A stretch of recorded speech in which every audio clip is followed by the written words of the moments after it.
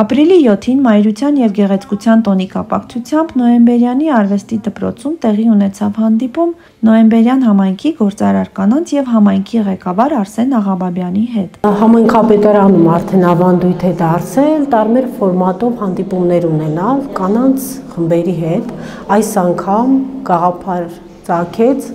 ապրիլի 7-ին գեղեցկության, մայրության և սիրո տոնի առիթով հավաքվել արվեստի դպրոցում, ինչու ընտրեցինք արվեստի դպրոց, որտեղ այստեղ ունենք արդեն իսկ գործող մեկ ամսյա ցուցահանդես, որի վերջնաժամկետը հենց ապրիլի 7-ն էր ու կանայք վայելեցին մշակութային համարներ, իհարկե երիտասարդների կողմից, ովքեր տարվա կտրվածքով բավականին հասարակական ակտիվ գործունեություն են ծավալել համայնքում, նաև այդ երիտասարդները հանդիսանում են որպես խորհրդակցական մարմնի ակտիվ անդամներ ու իրենք մեկ անգամ ևս իրենց դերը կարևորելով նաև ապագայում որպես վառ օրինակ տեսնելով նաև գործարար կանանց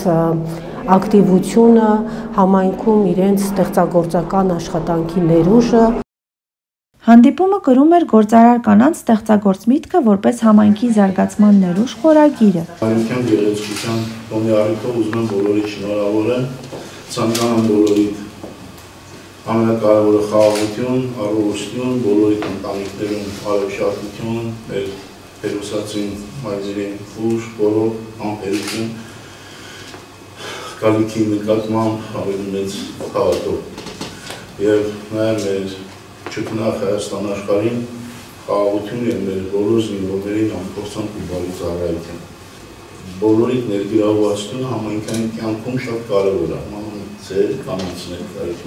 ներգրավվածությունը։ Շնորհավորական խոսքից եւ քննարկումից հետո համայնքի ղեկավարը հավաստագրեր հանձնեց համայնքի ակտիվ երիտասարդներին։ Մենք երկու ընկերուհով Նոյեմբերյանում սկսել ենք փոքրիկ արտադրություն, սեփական ներդրումներով բացել ենք ձեռագործ լամպերի եւ կրծքազարդերի արտադրություն, հիմա նաեւ մատուցում ենք լազերային հատման եւ փորագրման ծառայություններ։ Շնորհակալություն եմ հայտնում այսօրվա միջոցառմանը հրավիրելու համար, ինչպես նաև այն գնահատականի, որ ցուցաբերվեց համայնքապետարանի կողմից գործարար կանանց նկատմամբ։ Հանդիպումն անցավ ջերմ եւ մտերմիկ մթնոլորտում, հետագայում պարբերաբար հանդիպելու հույսով։